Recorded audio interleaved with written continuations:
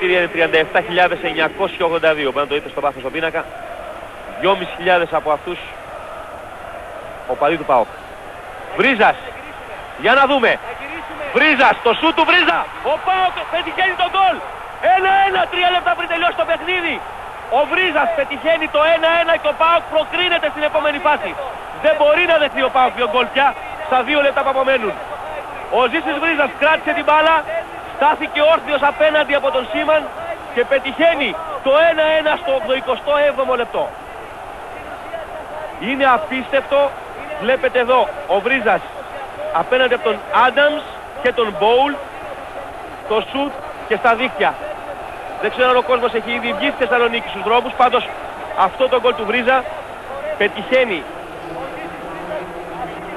κάτι που πριν από ένα μήνα όταν έγινε η κλήρωση θα το θεωρούσε κάποιος απίστευτο. Ο ΠΑΟΚ πετάει έξω την Arsenal, τρίτο φαβορί για το φετινό κύπελλο UEFA σύμφωνα με τους bookmakers. Δεν νομίζω ο ΠΑΟΚ να μπορεί ποτέ να δεχτεί 2 γκολ σε αυτά τα 3 λεπτά που μένουν.